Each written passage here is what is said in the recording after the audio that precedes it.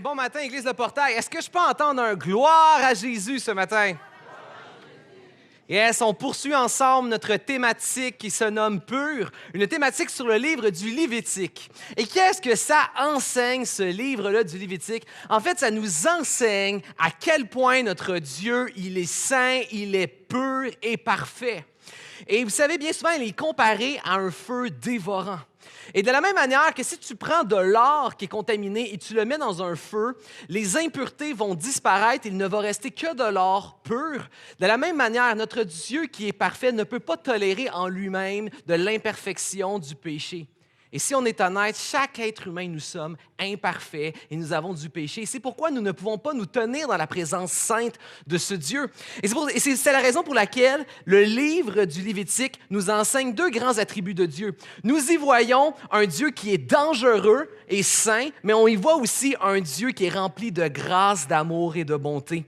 En fait, autrement dit, Dieu est intransigeant avec le péché, mais flexible avec le pécheur. Et si on voulait résumer tout le Lévitique en seulement 3 points, on pourrait dire voici 3 moyens de grâce, d'amour et de bonté que Dieu offre à l'être humain qui est imparfait pour pouvoir accéder et entrer dans sa perfection, sa beauté et sa sainteté. Est-ce que ça, c'est une bonne nouvelle d'après vous?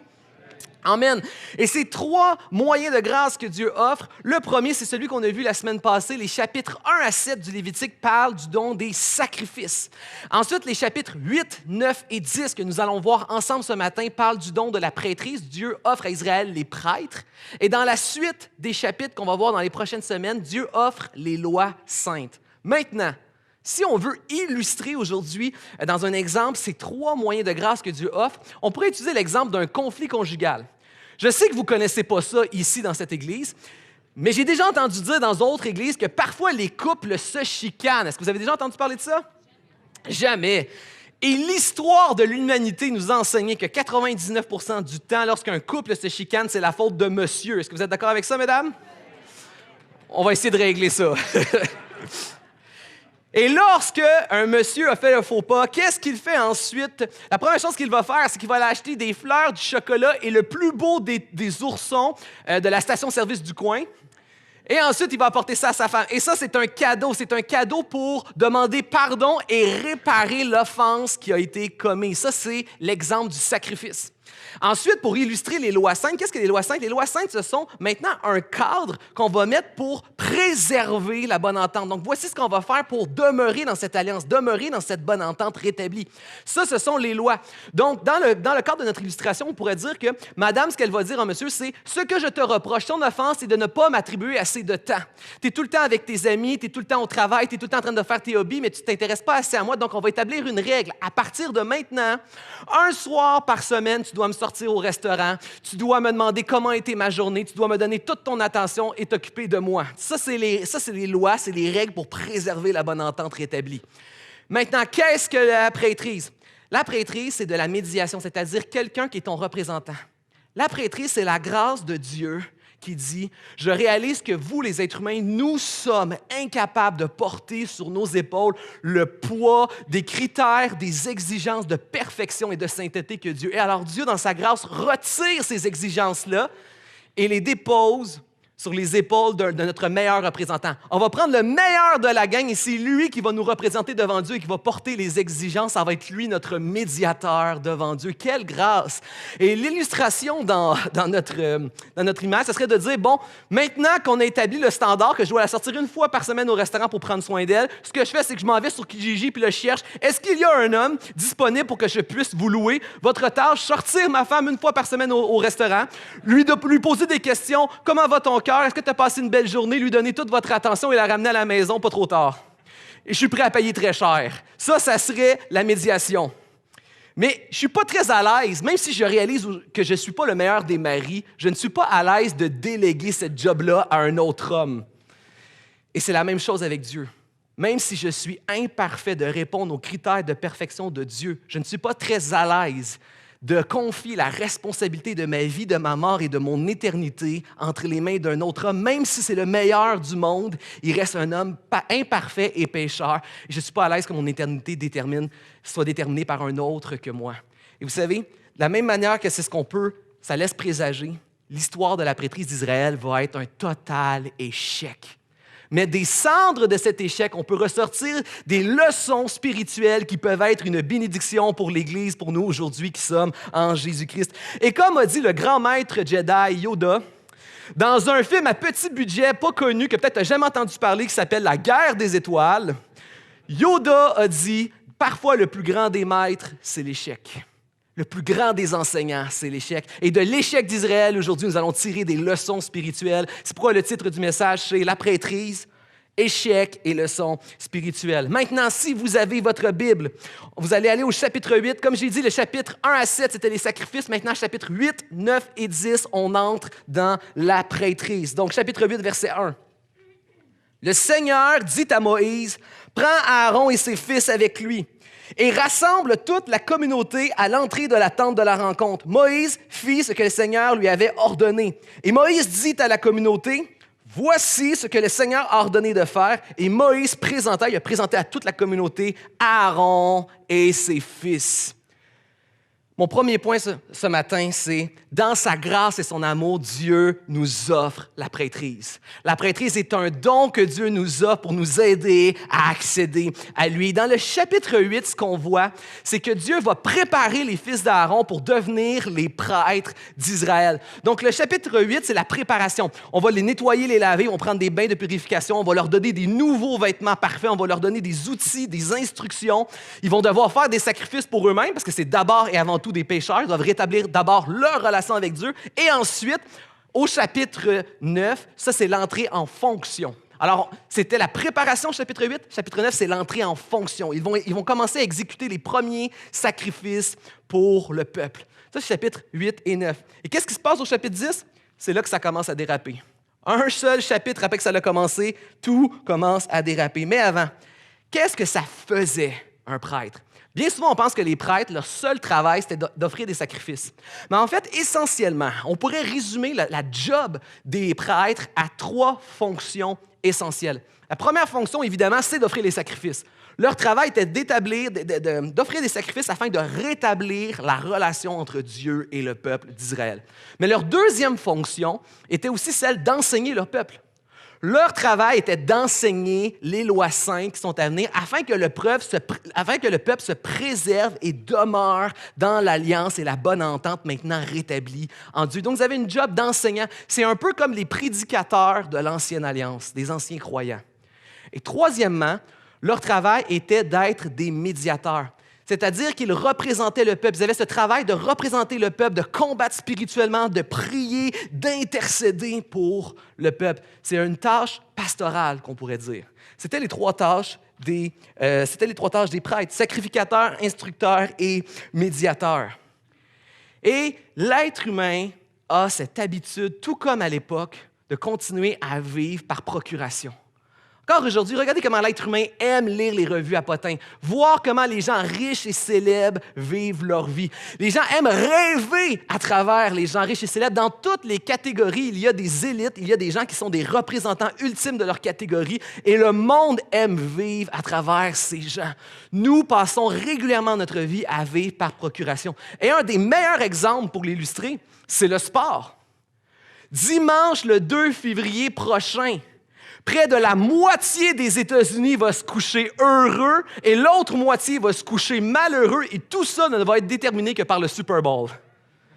Un sport où des gens n'ont même pas rien investi. La personne qui crie chez eux et qui est colorée avec des couleurs dans son visage, c'est pas grâce à elle que son équipe a gagné, mais pourtant, si l'équipe perd, elle a eu une mauvaise journée. Si l'équipe gagne, elle a eu une bonne journée. C'est simplement du plaisir qui est en jeu et pourtant, c'est tellement viscéral. Nous vivons notre bonheur par procuration. Et dans les familles, le dimanche, le 2 février, il y a des familles qui vont se réunir. Il va y avoir des petits conflits mais remplis de camaraderie. Hein, c'est quand même juste du plaisir et tout ça. Mais il va y avoir des duels, il va y avoir des défis, il va y avoir de la camaraderie. Maintenant, on met ça à un autre niveau. Je sais qu'on ne fait pas ça ici, on ne joue pas à l'argent. Mais imaginez qu'on mettait de l'argent en jeu. Une grosse somme d'argent est déterminée par qui va gagner le Super Bowl. Là, ça devient sérieux. Là, il n'y aura plus des petits conflits. Là, ça va être la guerre dans les familles. Puis là, tu vas faire tes devoirs. Tu veux être sûr d'investir sur le véritable gagnant. Tu vas aller lire les statistiques. Tu vas aller demander des conseils à des experts. Tu vas vérifier toute la saison qui a bien joué parce que là, il y a de l'argent en jeu, c'est sérieux. OK, mais maintenant, je t'amène ça à un autre niveau. C'est plus de l'argent qui est en jeu. C'est ta vie ou ta mort qui est déterminée par qui gagne. Oh là, ça devient malaisant. Ma vie, ma mort et mon éternité est déterminée par quelqu'un d'autre. Même si on pouvait composer une équipe All-Star, on va choisir les meilleurs joueurs, les meilleurs athlètes du monde entier, même si je suis représenté par les meilleurs de l'espèce humaine, j'ai un malaise profond à ce que ma vie, ma mort et mon éternité soient déterminées par un autre être humain, même si c'est le meilleur des représentants. Si c'est un être humain qui représente un être humain, eh bien, on est dans le trouble. Mesdames et messieurs, nous sommes tous morts. Si notre vie, notre mort ou notre éternité dépendent d'un autre être humain, merci pour ta grâce, Dieu, de réaliser que nous sommes incapables de répondre à tes exigences, mais si c'est un autre être humain qui me représente, on est tous morts. Nous sommes tous dans la tombe. Et lorsqu'on regarde, je vous ai dit, chapitre 9, le sacrifice commence, et le chapitre 10, si on va lire les derniers versets du chapitre 10, on voit que la prêtrise, le don de la prêtrise de Dieu, ça a commencé avec des instructions, ça a commencé dans la joie. Un chapitre plus tard, ça termine dans la désobéissance et dans la colère. Lisons ensemble chapitre 10, les derniers versets. Moïse chercha le bouc du sacrifice pour le péché. Il avait été brûlé. Alors il s'irrita contre Éléazar et Ithamar, les fils d'Aaron qui restaient, et il dit, « Pourquoi n'avez-vous pas mangé le sacrifice pour le péché dans le lieu sacré? C'est une chose très sacrée. Il vous l'a donné pour que vous vous chargiez de la faute de la communauté afin de faire sur elle l'expiation devant le Seigneur. » On vient de commencer la prêtrise, ils sont incompétents à pouvoir pardonner les péchés et accomplir l'expiation du peuple. Le peuple est vraiment sur une pente glissante. Et voici, c'est quoi mon deuxième point? Oui, dans sa grâce et son amour, Dieu offre la prêtrise à l'être humain, mais l'homme gâche la prêtrise. L'humanité est venue gâcher la prêtrise. Comme mon ami pasteur Warren dit bien souvent, l'être humain a gâté la prêtrise. Dieu a donné bonne prêtrise, l'être humain a gâté la prêtrise. L'être humain est venu gâcher la prêtrise. Et quand tu regardes juste les instructions qui concernaient les prêtres, tu vois que ça ne va pas aller loin, cette histoire-là. Les prêtres devaient faire tellement de choses juste pour eux. Un seul être humain pécheur avait tellement de choses à faire. Comment tu veux qu'ils prennent soin d'un peuple entier qui est pécheur? Ils devaient se nettoyer, se changer, faire attention à leurs instruments. Ils devaient faire des sacrifices continuellement pour eux-mêmes et continuellement pour un peuple qui était pécheur. Et même le jour du grand pardon, le grand sacrifice pour le peuple en entier, le prêtre devait passer la nuit réveillé tout seul dans une tente avec des gens qui le regardaient et qui le tenaient réveillé avec du café puis des claques dans le visage pour être sûr qu'il ne s'endorme pas, pour que peut-être il pêche dans ses pensées. Il fallait qu'il se nettoie continuellement, qu'il fasse plein de sacrifices pour lui. On attachait une corde à sa jambe pour quand il rentre dans le lieu très saint pour faire un sacrifice au cas où il mourrait dans la présence de Dieu à cause de ses péchés. On ne peut pas rentrer le chercher, fait qu'il faudrait tirer la corde. On mettait une clochette à ses pieds pour entendre s'il allait rester vivant. Et malgré tout ça, au cas où notre grand prêtre, notre élite spirituelle tombe, on en préparait d'autres de backup dans d'autres tentes. Ouf, c'était du travail. Et l'histoire d'Israël et l'histoire de la religion qui ont des prêtres et des représentants dans le monde entier nous enseignent toujours la même chose. Investir dans l'être humain et dans les choses de l'être humain, c'est investir dans sa propre ruine. Un autre humain ne peut pas t'amener plus loin que ce que tu es capable de t'amener toi-même, c'est-à-dire jusqu'au cimetière. Investir dans l'être humain, c'est investir dans sa propre ruine. Et c'est pourquoi Jérémie 17 et Psaume 118 qu'il répète va dire « Maudit soit l'homme qui se confie dans l'homme. » Se confier dans l'être humain, c'est aller à la mort. Et c'est pourquoi en Romains 3, Paul va le répéter plusieurs fois, il n'y en a pas un seul qui soit juste, pas un seul qui fasse du bien. Tous sont corrompus puis affectés par le péché. Nous sommes tous atteints d'une maladie spirituelle qui s'appelle le péché. Et contrairement à ce que la culture populaire peut penser, le péché, ce n'est pas des actions que tu fais. Le péché, ce n'est pas des actions, c'est une condition. Nous sommes pécheurs. Un péché, ce n'est pas ce que tu fais, c'est ce que tu es. C'est notre être. Nous sommes contaminés par le péché. C'est pourquoi nous sommes séparés du Dieu qui est très saint, qui ne peut supporter l'imperfection en lui-même. Nous, le péché, c'est ce que nous sommes. En ce moment, présentement, on est un peu dans la saison de la gastro. Vous savez, ce n'est pas parce que tu mets ta main sur ta bouche que tu retiens le vomi que tu l'avales. C'est pas parce que tu mets ta main sur ta bouche et tu le retiens que tu n'as pas la gastro. Tu es juste en train de gérer le symptôme, mais tu es quand même malade. Les chrétiens, on essaie des fois de gérer le péché et on dénie. On est dans le déni face au fait que nous sommes pécheurs. Le péché est une condition, ce n'est pas ce que l'on fait.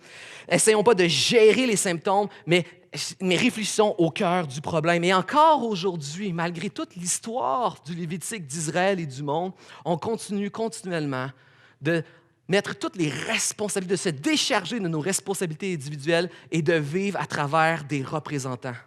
Frères et sœurs, c'est par amour que je vous dis que les pasteurs, l'Église et les réunions d'Église ne pourront jamais être responsables à ta place de ta propre communion personnelle avec Dieu. Ne pourront jamais être responsables de la qualité de ta vie de prière. Ne pourront jamais être responsables de ta sainteté, de ta consécration personnelle. Ne pourront jamais être responsables de ton niveau de connaissance biblique.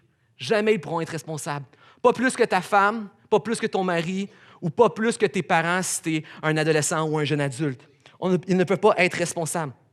Ta sécurité, ton sentiment de sécurité, ta joie, ton bonheur, ta vie future ne peut pas dépendre d'un projet que tu as. Un projet que tu te dis dans ta tête comme mensonge. Le jour où je serai rendu là dans la vie, je vais être enfin bien, sécure et confortable. Ton futur et ta sécurité ne peut pas dépendre d'un projet d'enfant, de maison, de fréquentation, de mariage, de voiture, l'acquisition d'un bien quelconque, un certain montant d'argent, un standing de vie que lorsque tu vas être rendu là, tu vas te considérer bien, une réussite scolaire ou un emploi de qualité. Si tu investis dans le monde et dans les choses de ce monde, c'est dans la ruine et la mort seulement que tu investis. Alors, qu'est-ce qu'on fait maintenant? Est-ce qu'on est fichu?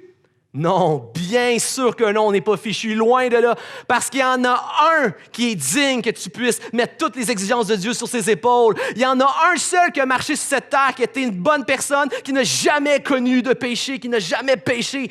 Il y en a un dans ce monde que tu peux mettre toutes tes assurances, tu peux parier sur lui entièrement, il ne va jamais te décevoir. Il y en a un dans ce monde qui n'est pas né d'un père qui a hérité du péché, et il est né du Saint-Esprit, c'est le Fils de Dieu, c'est Jésus-Christ qui porte parfaitement notre péché. Jésus restaure la prêtrise, c'est mon troisième point. Même il accomplit parfaitement ce que la prêtrise dans l'Ancien Testament n'avait pas réussi à accomplir. Hébreux 4,14 nous dit « Puisque nous avons un grand prêtre qui a traversé les cieux, Jésus, Fils de Dieu, restons attachés à ce que nous reconnaissons publiquement. » Est-ce que vous connaissez les jokes de papa? Jokes de papa, c'est des jokes qui sont prises individuellement, sont vraiment plates et pas drôles, mais quand tu en mets 10 d'affilée, ça commence à devenir drôle dans un party. Ça, c'est les jokes de papa. J'ai envie d'en vous conter une. Est-ce que vous connaissez celle du gars qui va voir le médecin et qui a mal partout? Bien, je vais la compter pareil. C'est un gars qui a mal partout puis qui va voir chez le médecin. Puis là, il dit au médecin, « Monsieur, il faut m'aider, j'ai mal partout. » Le médecin il dit, « Montrez-moi où est-ce que vous avez mal. » Il dit, « Ah, je vous le dis, j'ai mal ici. Ouch! J'ai mal ici. Oh! J'ai mal ici. Oh! » Puis là, le médecin il dit, « OK, donnez-moi votre main, s'il vous plaît, monsieur. » Il dit, « Oui, tenez. » Il dit, « Est-ce que vous avez mal quand je fais ça? »« Oh oui! Vous avez le doigt cassé, monsieur. » C'est ça la joke du gars qui avait mal partout.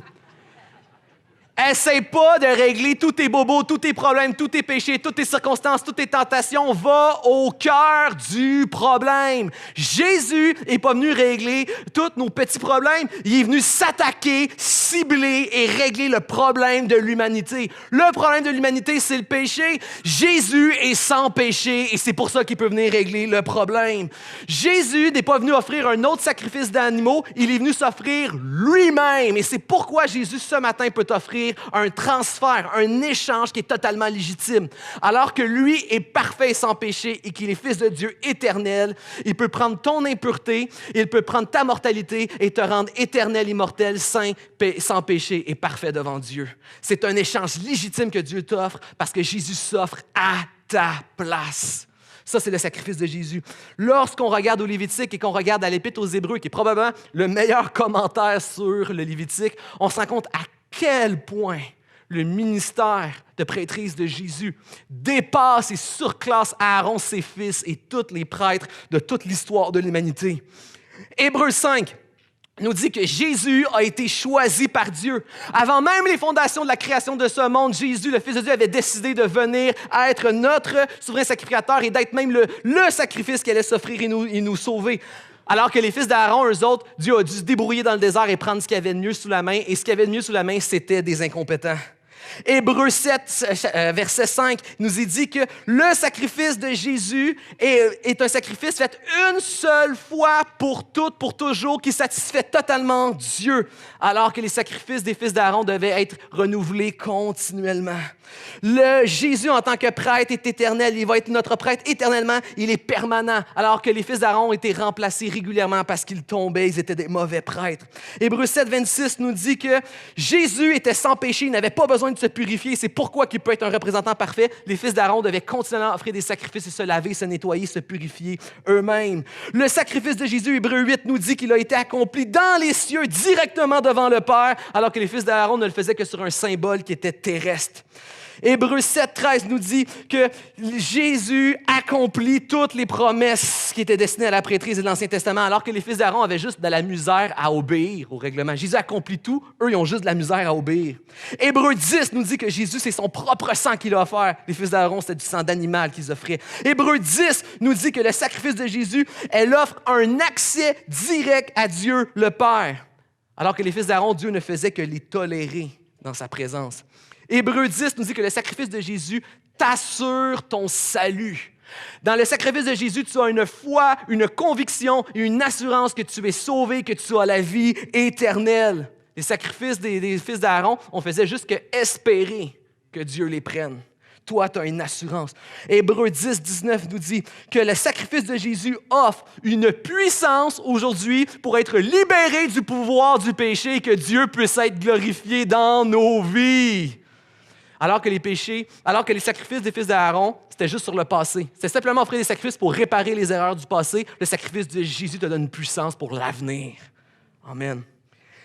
Et le sacrifice de Jésus nous offre la garantie que notre grand prêtre, il est auprès de Dieu et qu'il intercède nuit et jour pour nous, son Église, pour vous et pour moi. Alors que les fils d'Aaron intercédaient sur terre, loin de Dieu, séparés de Dieu.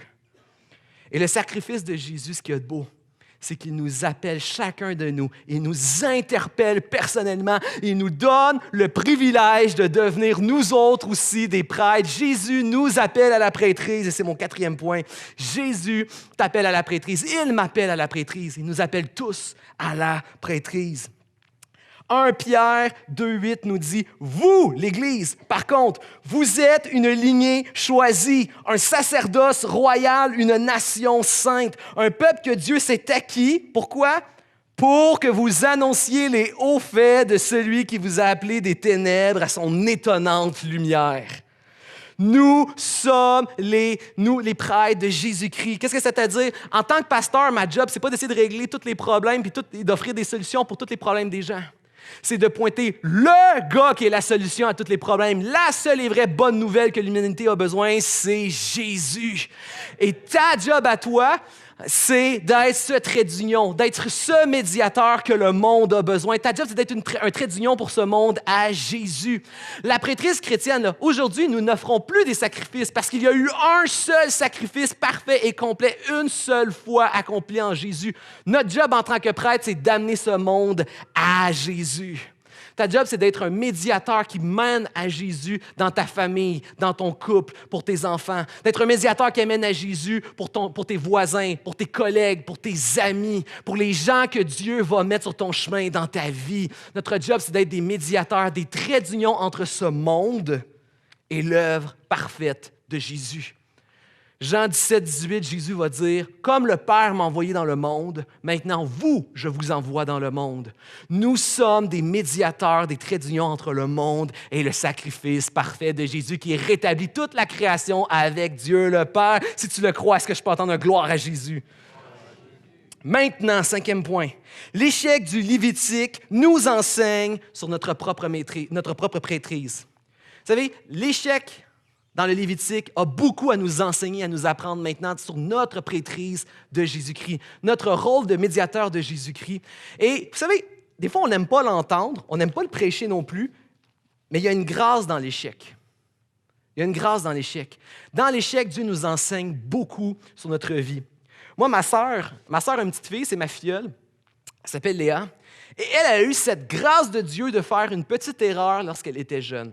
Elle avait peut-être 4 ans, elle commençait à bien parler, puis elle n'était pas intimidée par des adultes et tout ça. Et lorsque ma sœur et mon beau-frère ont emménagé dans leur appartement, la propriétaire est venue les accueillir. Et la propriétaire souffrait un léger embonpoint, juste un petit ventre. Et là, la jeune Léa dit quand est-ce qu'il va sortir le bébé? Et là, la madame a dit je suis pas enceinte, je suis pas enceinte. Et là, mon beau-frère, qui est le père de Léa, qui est comme Léa, chut, Léa, pose plus de questions. Mais un enfant, ça comprend pas la discrétion. Fait que là, Léa recommence non, vous avez un ventre, ça veut dire qu'il y a un bébé. Et quand est-ce que le bébé va sortir? Et là, la madame l'a super bien pris avec beaucoup d'humour, elle semblait pas très complexée. Elle répond à Léa non, j'ai juste un gros ventre. C'est ce que la madame répond. Et une fois que Léa s'est retrouvée avec son père y a enseigné la fameuse leçon qu'on ne présuppose jamais qu'une femme est enceinte si elle a un petit ventre. Jamais. Et vous savez, elle a eu cette grâce de faire cette erreur enfant. Moi, par contre, c'est adulte, à l'âge de 27 ans, alors que je travaillais dans un Starbucks à la commande à l'auto. Vous savez, je servais beaucoup de clients.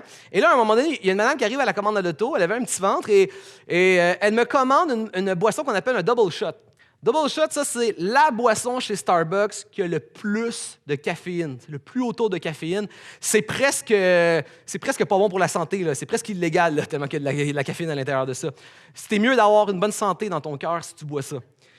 Et là, la madame apprend ça. Et là, moi, je pense qu'elle est enceinte. Fait que là, je ne suis pas un médecin non plus, c'est pas à moi de faire, je suis un barista, c'est pas à moi de faire des recommandations médicales, mais j'ai quand même osé, parce que j'étais préoccupé pour le bébé, là, j'ai commencé léger, j'ai juste dit, vous savez, madame, que c'est la boisson qui a le plus haut taux de caféine, c'est même pas recommandé. Elle me dit oui, puis c'est pour ça que je le commence, parce que je le sais qu'il y a de la caféine dedans. Mais là, ça reste comme ça, donc je décide d'aller un peu plus loin, puis je dis, ouais, mais ça sera pas bon pour le bébé. Et là, la madame me répond, quel bébé! J'aimerais vous dire qu'elle a été aussi conciliante que la propriétaire de mon beau-frère et de ma sœur, mais ça n'a pas été le cas. Moi, je l'ai appris à la dure. Mais ce qui est sûr, c'est que dorénavant, je ne présuppose plus jamais qu'une femme qui a un petit ventre, elle est enceinte. Plus jamais. Il y a une grâce dans l'erreur, il y a une grâce dans l'échec. Et allons chercher ces leçons spirituelles que le peuple d'Israël a vécues dans l'échec de la prêtrise. Amen. Donc, poursuivons la lecture, chapitre 10, verset 1. Nadab et Abihu, fils d'Aaron, prirent chacun une cassolette, y mirent du feu et placèrent de l'encens dessous. Ils présentèrent devant le Seigneur un feu profane qui ne leur avait pas ordonné. Alors, un feu sortit de devant le Seigneur et les dévora. Ils moururent devant le Seigneur. Première leçon spirituelle qu'on enseigne, c'est le feu de la bénédiction est aussi celui de la malédiction. C'est pas anodin que l'expression qui est utilisée pour dire le feu qui est sorti de l'autel et qui a dévoré les deux fils d'Aaron. C'est pas anodin comme expression. C'est exactement les mêmes mots qui sont utilisés dans le chapitre juste avant, le chapitre 9, où tout va bien, on offre le premier sacrifice, le feu de Dieu descend pour agréer le sacrifice, tout le monde est content. On va le lire ensemble. Chapitre 9, 24, le premier sacrifice que Dieu vient honorer. Voici ce qui se passe. Les mêmes termes. Un feu sortit de devant le Seigneur et dévora l'autel, l'holocauste et les graisses. Mais regardez la réaction. Tout le peuple le vit, poussèrent des cris de joie et tombèrent la face contre terre. Le même feu qui était une source de bénédiction totale est maintenant un feu de malédiction. L'être humain veut toujours aller chercher le meilleur de Dieu. On ne doit pas oublier que le Dieu de la bénédiction, c'est le même Dieu que la malédiction. Le Dieu de la grâce et de la vie éternelle, c'est le Dieu aussi du jugement et du feu éternel. C'est le même Dieu. Et pas juste les chrétiens, là. L'humanité veut les meilleures choses de Dieu. L'humanité veut une spiritualité sans engagement. L'humanité veut toutes les bénédictions que Dieu a créées sur la terre sans engagement. L'humanité veut le meilleur des choses de Dieu, mais ne veut pas le Dieu qui a créé les choses. Et les chrétiens, on doit faire attention, alors qu'on est censé être des représentants, des médiateurs, on doit faire attention de ne pas tomber, nous autres aussi, dans cette catégorie. Vouloir les meilleures choses de Dieu, mais sans le Dieu qui a créé les choses, sans savoir comment il veut que nous gérons ces choses. La nature nous enseigne que beaucoup de choses bonnes peuvent être des malédictions aussi. Prenez par exemple le feu. Le feu peut être une bénédiction, mais le feu peut être une malédiction et un drame. L'océan peut être une bénédiction. En vacances, l'océan, c'est une bénédiction. Mais l'océan peut être aussi un endroit de drame. Prenez des animaux sauvages, des bénédictions quand ils regardent à la télé, mais pas une bénédiction quand tu te retrouves face à eux, par exemple. Des choses qui peuvent être une bénédiction, mais qui peuvent être aussi une malédiction. Qu'est-ce qui fait la différence entre bénédiction et malédiction de Dieu? Il y a un refrain. Remarquez que dans la Bible, c'est très important lorsque des bouts de phrases sont répétés régulièrement. Il y a une intention. Les mots sont calculés. Il y a une économie dans les mots. Il y a un message. Le refrain du Lévitique, c'est « comme le Seigneur l'a ordonné ». Comme le Seigneur l'a ordonné. Qu'est-ce qu'ils ont fait? Ils ont amené un feu profane que le Seigneur n'avait pas ordonné. C'est les choses de Dieu, mais pas comme Dieu veut qu'on les utilise. La réalité, c'est qu'il y a des choses en ce moment dans ta vie qui devraient être des bénédictions de Dieu, mais qui te dévorent complètement et littéralement parce que tu les utilises sans questionner, demander quelle est la volonté de Dieu pour ces choses. Le sexe peut être une bénédiction, peut être une malédiction qui dévore ta vie et ton couple si tu ne suis pas la volonté de Dieu. Dieu a créé ces choses et il sait pourquoi et comment les utiliser. L'argent peut être une bénédiction ou une malédiction qui dévore des familles et des gens. Un emploi peut être une bénédiction de Dieu, mais mal géré, administré peut être une malédiction pour une famille. Des amitiés, la Bible nous enseigne la bénédiction des amitiés, mais aussi la malédiction des amitiés lorsqu'on les choisit mal. Une famille peut être une bénédiction, puis il y a des gens ici, tu l'expérimentes, une famille peut être aussi une malédiction, un poids et un fardeau. Des choses peuvent être des bénédictions, mais lorsqu'on les utilise sans Dieu, sans la volonté de Dieu, peuvent devenir des malédictions qui nous dévorent. Et c'est là qu'on voit que la maxime qu'on répète régulièrement ici prend tout son sens. Jésus, dans ta vie, il est Seigneur de tout ou il n'est pas Seigneur du tout. Et tu ne veux pas que des bénédictions puissantes perdent leur contrôle sans Christ. Tu veux que Christ soit Seigneur de tout dans ta vie. Si tu le crois, dis Amen. Deuxième leçon, qu'est-ce qu'ils ont fait spécifiquement? C'était quoi leur péché? Attention au feu étranger. Ils ont introduit un feu étranger. Ce qu'ils ont fait littéralement, c'est qu'ils ont pris une petite poêle et, en fait, le Lévitique disait de prendre des pierres, des braises, un peu comme du charcoal, là, prendre des petites braises, du bois, les mettre dans le pot et mettre des épices comme de l'encens pour qu'il y ait une bonne odeur qui s'élève. Et l'image de la fumée de bonne odeur qui s'élève, c'était un symbole, une illustration de nos prières qui sont une bonne odeur qui monte vers Dieu. Mais qu'est-ce que Dieu demandait? Ce que Dieu demandait, c'est que les charcoal, les braises, soient récoltées sur l'autel du feu saint que Dieu lui-même miraculeusement avait allumé pour manger et dévorer le sacrifice. Et les fils d'Aaron, qu'est-ce qu'ils ont fait? Ils sont allés prendre les braises dans un autre feu humain profane qu'ils avaient eux-mêmes allumé. Ils ont pris un feu qui était profane, qui était concurrent. Ils sont venus le mélanger dans le feu saint de Dieu. Ils ont introduit quelque chose de profane et de concurrent dans leur manière d'adorer et de louer un Dieu qui est très, très saint et parfait. Ils ont mis de l'imperfection humaine dans quelque chose de parfait et divin. Il y a quelques années, j'ai fait un voyage à Cuba avec ma femme et ma belle-famille. Et à un moment donné, on était autour d'un plat. Et là, le serveur vient nous voir et nous demande quel type de vin on veut boire. Donc, il y a le choix entre du rouge ou du blanc. Moi, j'aime le rouge, fait que je demande du rouge. Là, mes beaux-parents, eux autres, sont là, puis ils se disent, des fruits de mer, nous autres, on va prendre du blanc. Et là, il y a ma femme qui fait les choses différemment, puis qui dit, elle demande ce qu'il n'y a pas sa carte. Est-ce que vous avez du rosé? Fait que là, les serveurs font, oui, juste un instant. Ils s'en vont au comptoir, prennent un rouge et un blanc, ils le versent ensemble dans le verre et ils ramènent ces deux vins mélangés. Là, présentement, il y a des gens ici, t'es outré d'entendre qu'on a mélangé du blanc et du rouge comme ça pour faire un rosé. Laisse-moi te dire, combien plus on devrait être outré de réaliser ce que les fils d'Aaron ont fait en mélangeant ce feu profane et concurrent dans le feu très saint qui est celui de Dieu. Mais combien plus on devrait être outré de savoir que dans notre prêtrise, dans notre office de médiation de Christ, bien souvent, on fait la même chose. Dans notre manière de vivre notre foi, notre marche chrétienne, la manière qu'on vit notre spiritualité chrétienne, on introduit tout plein de choses du monde qu'on vient mélanger à notre Dieu qui est très saint. Cette manière qu'on a de faire, des fois, de regarder aux choses spirituelles de ce monde et les mélanger dans notre christianisme et dans notre vie chrétienne, ça traduit bien souvent deux choses de l'être humain. Parfois, ça traduit notre ignorance. On connaît mieux les choses de ce monde que les choses de Dieu, ce qui est triste. Et des fois, ça traduit aussi un manque de foi. On fait plus confiance aux choses de ce monde ou ce que quelqu'un nous a dit que ce que la Bible nous dit sur Dieu et notre vie chrétienne. Tellement d'exemples, tellement vaste tout ce qu'on peut mélanger dans notre manière d'adorer, de servir notre Dieu très saint.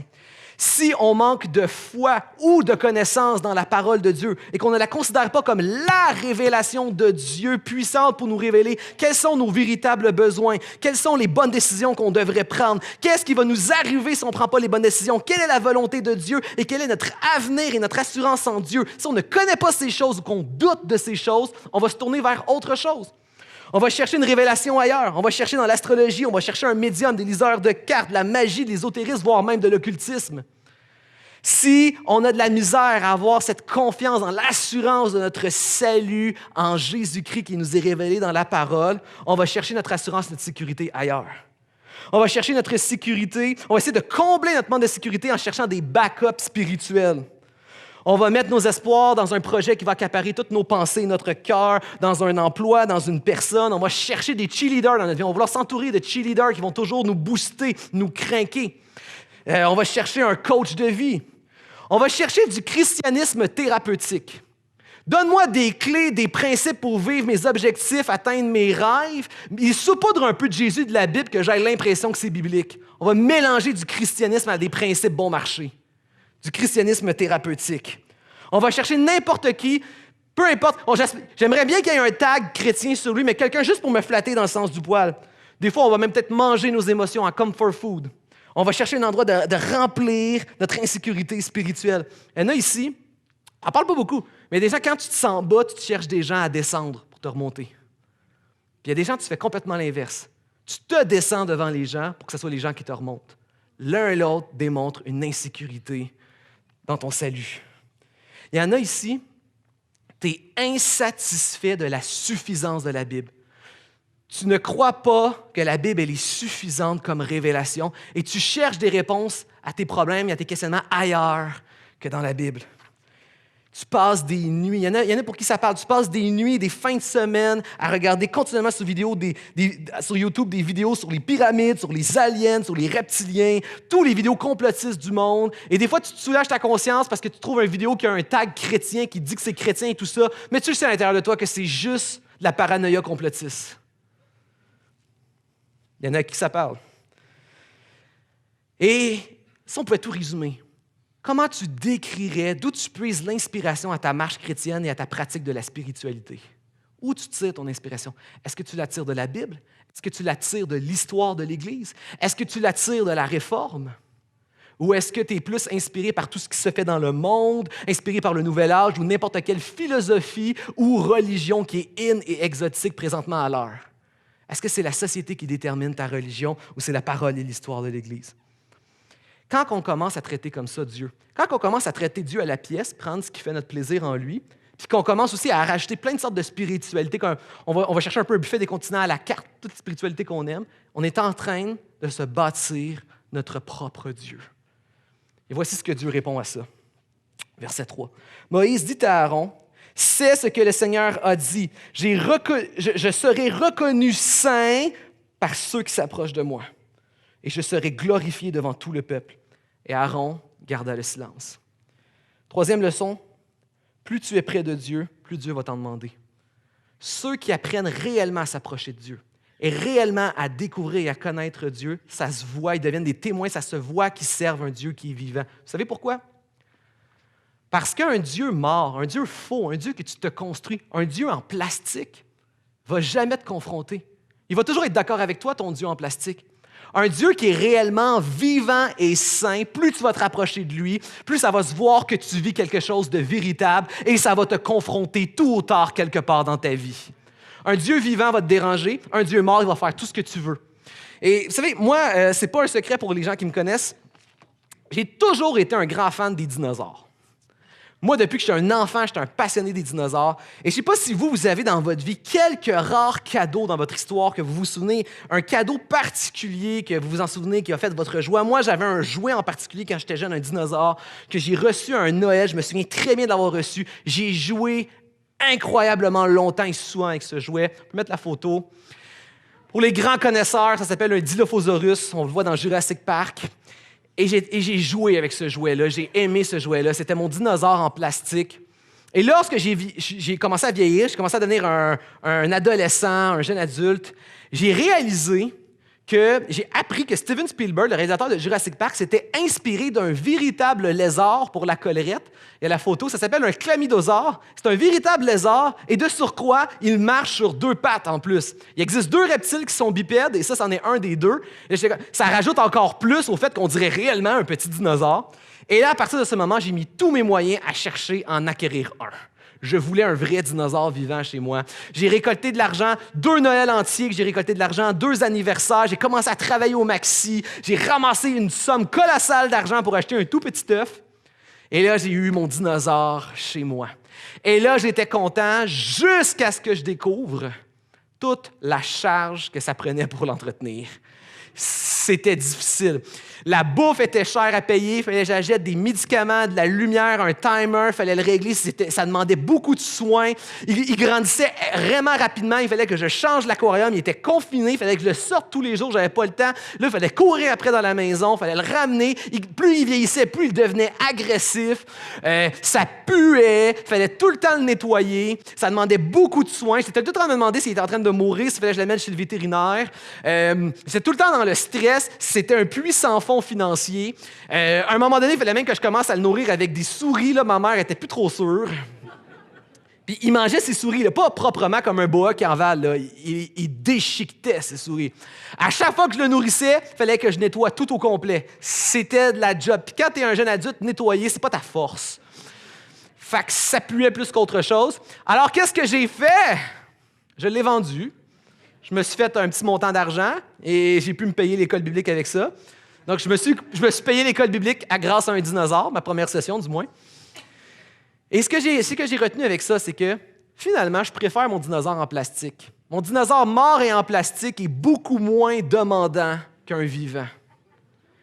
Et la réalité, c'est que pour beaucoup de gens ici, ton Dieu qui te ressemble en plastique et mort est beaucoup moins demandant qu'un vrai Dieu vivant et saint.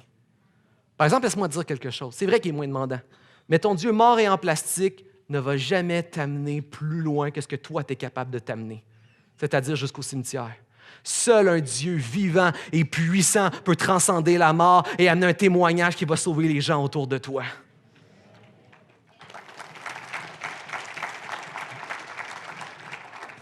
On va poursuivre, verset 7. Moïse appela Michaël, Éléazar et Ouziel, oncles d'Aaron, et leur dit « Présentez-vous pour enlever vos frères de devant le sanctuaire, pour les emporter hors du camp. » Donc, les oncles d'Aaron doivent prendre les corps morts pour aller les enterrer et faire leur office hors du camp. Moïse dit à Aaron, ainsi qu'à Éléazar et Tamar, ses 2 fils restants, « Ne vous défaites pas les cheveux et ne déchirez pas vos vêtements. » Ça veut dire, ça, c'était des signes de deuil à l'époque. « Ainsi, vous ne mourrez pas et vous n'attirerez pas la colère de Dieu sur toute la communauté. » Vos frères et toute la maison d'Israël pleureront sur l'embrasement que le Seigneur a provoqué. Vous ne quitterez pas l'entrée de la tente de la rencontre de peur que vous ne mouriez, car l'huile d'onction du Seigneur est sur vous. Ils firent ce que Moïse avait dit. Quatrième leçon spirituelle, attention à ne pas contaminer le peuple. Attention à ne pas contaminer le peuple. 2 choses que Dieu leur demandait. De ravaler l'émotion de leur deuil et de ne pas toucher les corps, de ne pas aller aux obsèques des 2 morts. Pourquoi?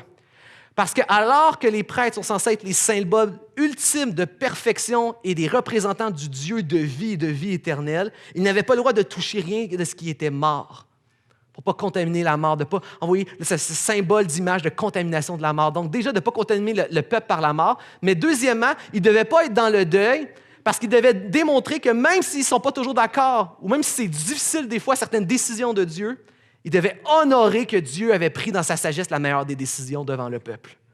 Ça leur a demandé de ravaler leur émotion, dire qu'ils soutenaient Dieu même si c'est une décision difficile, et de ne pas aller à l'obsèque de ses frères et de ses fils qui étaient morts. Et Dieu demande à ses médiateurs encore aujourd'hui des choses semblables. Parfois, il faut ravaler nos émotions négatives envers Dieu. Parfois, il faut ravaler nos questionnements non répondus devant Dieu. Croyez-moi bien, il y a toujours une place des gens à qui on peut partager, un endroit sécuritaire où on peut partager des fois nos questionnements ou nos difficultés émotionnelles par rapport à Dieu. Il y a des gens, il faut choisir les gens, il y a des gens à qui on peut les présenter. Il faut juste avoir un discernement, il faut savoir choisir. La Bible nous apprend à faire attention à ne pas être une pierre d'achoppement qui fait perdre la foi à quelqu'un d'autre. On doit discerner. Est-ce que je partage mes inquiétudes à un plus faible dans la foi, à un nouveau croyant, voire même à un non-croyant qui ne connaît rien de Dieu? Faisons attention. Moi-même, à ma plus grande honte, je me souviens des moments où je n'ai pas honoré de ma bouche et de mon témoignage Dieu devant des gens qui étaient peut-être plus faibles ou même non-croyants autour de moi. Il y a un endroit et un moment pour le faire. La Bible enseigne. Lisez les psaumes. Les psaumes, il y a des prières qui sont tellement profondes, émotionnelles. On a le droit de déverser de manière authentique son cœur devant Dieu, de dire les vraies choses devant Dieu, nommer les vrais problèmes, les vraies souffrances devant Dieu. Il y a un endroit pour ça. Il y a des gens à qui aussi on peut les partager. Peut-être que tu as un frère ou une sœur qui a plus d'expérience dans la foi, qui a vécu aussi des saisons difficiles, qui est dans une bonne saison, qui est capable de te conseiller. Il y a les pasteurs aussi pour ça. On peut aller partager les choses émotionnelles qu'on trouve difficiles par rapport à Dieu.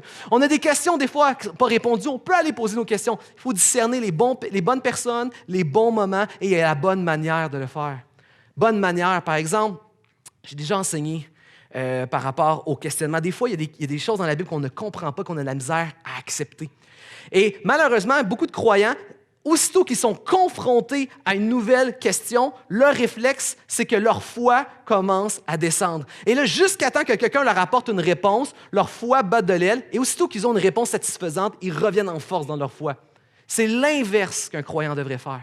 Lorsque ta foi en Jésus est solide, tu présupposes toujours que le Dieu de vérité a une bonne réponse. Donc, quand tu es confronté à un questionnement, c'est la question que tu mets en attente, que tu mets en stand-by. Et c'est ta foi qui demeure jusqu'à ce que tu aies une bonne réponse et non l'inverse. Amen. Donc, faisons attention de bien vivre nos émotions, nos questionnements avec les bonnes personnes, aux bons endroits, de la bonne manière. Et puis, dernièrement, c'est mon 6e et dernier point, la leçon spirituelle, l'onction à la prêtrise est une grâce. Je vais inviter les musiciens à s'approcher. L'onction à la prêtrise est une grâce. On le répète souvent et il faut le répéter. Il y a des gens qui ont besoin de l'entendre. L'onction de Dieu, ce n'est pas un signe de ta consécration. L'onction de Dieu n'est pas une preuve de ton mérite et de ta sainteté. C'est une grâce. C'est Dieu qui t'a choisi pour déverser son onction, de faire de toi un médiateur, pour raconter, comme Pierre a dit, c'est au fait aux gens qui t'entourent. C'est une grâce, ce n'est pas un mérite, l'onction. Regardez Aaron. Est-ce que vous avez oublié d'où vient Aaron? Aaron, un livre plus tôt, dans l'Exode, c'est Aaron qui a offert le veau d'or et qui a amené Israël dans l'idolâtrie. Pourtant, Dieu l'a épargné puis en a fait un sacrificateur. Les fils d'Aaron, la moitié sont morts parce qu'ils ont amené un feu profane et l'autre moitié sont incapables pour accomplir l'expiation. Et Moïse doit s'irriter et mettre en colère contre eux puis ils désobéissent continuellement dans la prêtrise. Et ça, cette gang qui semble incapable, c'est eux l'espoir d'Israël. Et qu'est-ce que Dieu leur dit? Car l'huile d'onction du Seigneur est sur vous. Ils ne l'ont pas mérité, cette huile-là. C'est une décision et un choix arrêté de la part de Dieu. Et c'est la même chose dans nos vies. Ultimement, on va tous se présenter devant Dieu, devant ce Dieu, ce feu saint, pur et parfait qui consume l'impureté. Et il y a deux types de personnes. Il y a des personnes qui vont venir devant Dieu et ils vont se représenter eux-mêmes. Ils vont essayer de mettre plein de représentants. Ils vont mettre leur mérite, ils vont mettre leurs bonnes œuvres, ils vont mettre leur christianisme, leur spiritualité. Ils vont peut-être mettre leur effort dans quelqu'un d'autre. Non, c'est mon pasteur, c'est mon église, c'est ma famille, c'est les gens. Ils vont dépendre d'un paquet de choses qui ne va pas tenir devant un Dieu parfait qui va les consumer. Et il y a des gens qui vont venir simplement, Christ est mon représentant. Couvert du sang de Christ à la croix qui a couvert tous les péchés et rétabli tous nos péchés, et rétablis avec Dieu, ils subsisteront pour l'éternité dans ce Dieu parfait, juste et bon. Deux types de personnes. Je ne sais pas si vous avez déjà entendu parler de la Team Hoyt. Team Hoyt est composé d'un père, Dick Hoyt, et de son fils Rick Hoyt. Il y a une photo ici qui va apparaître. Rick, le fils, est atteint de paralysie cérébrale. Il est en chaise roulante. Et en 1977, il va voir son père et il dit à son père, « Hey, à l'école, ils vont faire une course juste pour récolter des fonds pour l'équipe sportive de l'école et j'aimerais ça qu'on y participe. Est-ce que tu es d'accord? » Le père ne sait pas trop, il veut encourager son fils, fait il se met à pratiquer un peu la course. Lui, il va pousser la chaise de son fils, ils vont courir ensemble. Ils font la course. Rien de spectaculaire. Mais à la fin de la course, Rick dit à son père, « Papa, il dit, de toute ma vie, lorsqu'on était en train de courir ensemble, que tu me poussais sur la piste de course, c'est la première fois de ma vie que je me sens pas comme un handicapé. Première fois de ma vie que je me sens pas handicapé. » Comment vous pensez qu'un père réagit à un tel propos? On va faire une autre course. On va faire une autre, puis on va faire une autre. Je vais te pousser dans plusieurs courses. Et aujourd'hui, en 2020, c'est plus de 1000 événements sportifs que ce père et ce fils ont accomplis ensemble. Ce que le père s'est dit, c'est « Je te lâcherai plus jamais, je vais te pousser toute ta vie sur des courses pour que tu ne te sentes pas handicapé. » Frères et sœurs, le seul moment de nos vies où le péché n'est plus un handicap qui nous freine, c'est lorsque Christ nous porte totalement et complètement.